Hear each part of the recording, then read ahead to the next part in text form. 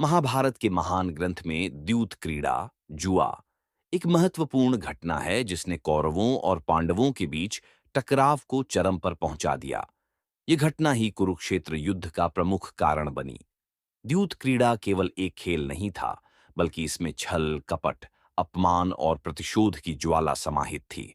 जब पांडवों ने अपने वनवास के दौरान कई कठिनाइयों का सामना किया और राजसूय यज्ञ के माध्यम से अपनी शक्ति और सामर्थ्य को प्रमाणित किया, तब उनकी ख्याति पूरे आर्यावर्त में फैल गई। यह बात दुर्योधन को असह्य हो गई, विशेष रूप से जब वह इंद्रप्रस्थ, जो अब पांडवों का राज्य था, गया और वहां की भव्यता को देखा तो उसका अहंकार और ईर्ष्या और भी बढ़ गई।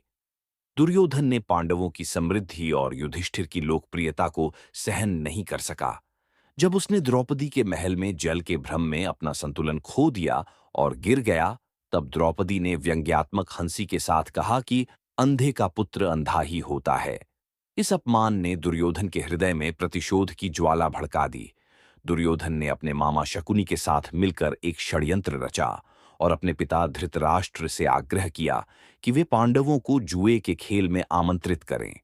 दुर्योधन को पता था कि युधिष्ठिर धर्मपरायण और सत्यवादी हैं और वे राजधर्म के नाम पर इस आमंत्रण को अस्वीकार नहीं करेंगे।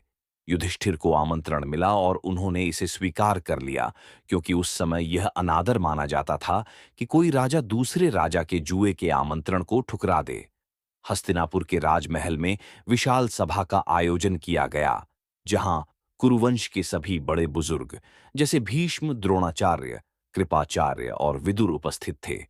इस सभा में कौरवों ने अपने मामा शकुनी को अपनी ओर से जुआ खेलने के लिए नियुक्त किया, क्योंकि शकुनी कूटनीति और छल कपट में निपुण था। वहीं युधिष्ठिर ने स्वयं पांडवों की ओर से खेलने का निर्णय लिया। शकुनी ने पासों का प्रयोग किया जो विशेष रूप से छेड़छाड़ किए गए थे, जिससे परिणाम सदैव उसके पक्ष में ही आता था। प्रारंभ में युधिष्ठिर ने स्वेच्छा से दांव लगाए और लगातार हारते रहे। जब उन्होंने अपना राज्य, धन दौलत और संपत्ति हार दी, तो दुर्योधन ने उकसाकर उन्हें और अधिक मूल्यवान वस्तुएं दांव पर लगाने के लिए मजबूर किया।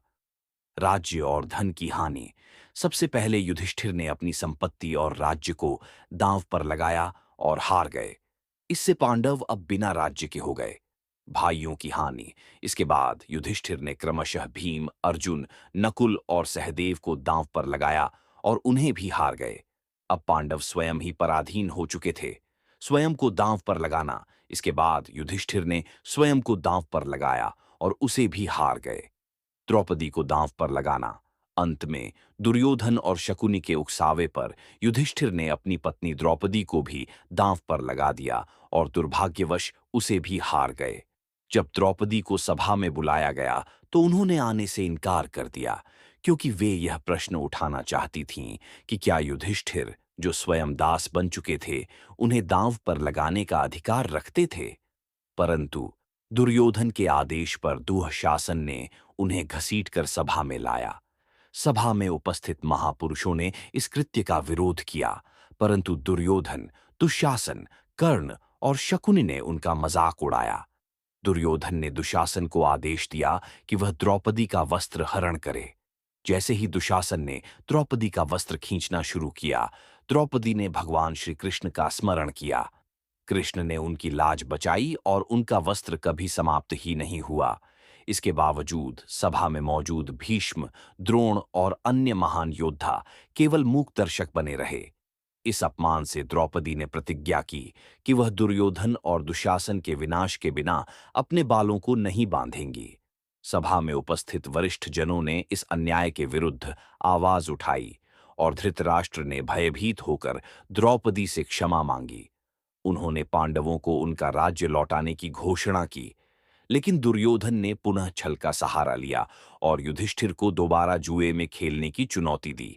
इस बार शर्त यह थी कि जो भी हारेगा उसे 12 वर्षों तक वनवास और 1 वर्ष का अज्ञातवास करना होगा।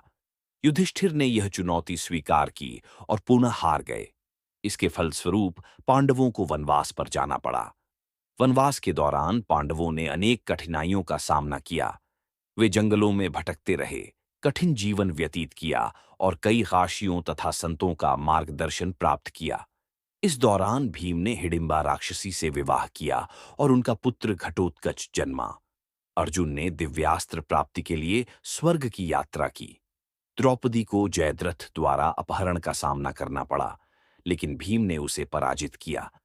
अज्ञातवास के दौरान पांडवों ने विराट नगर में छद्म रूप धारण किया। युधिष्ठिर कंक नामक ब्राह्मण बने। भीम बलवान रसोइया बन गए। अर्जुन बृहन्नला के रूप में नृत्य गुरु बने। नकुल और सहदेव घुड़साल और गौशाला में कार्य करने लगे।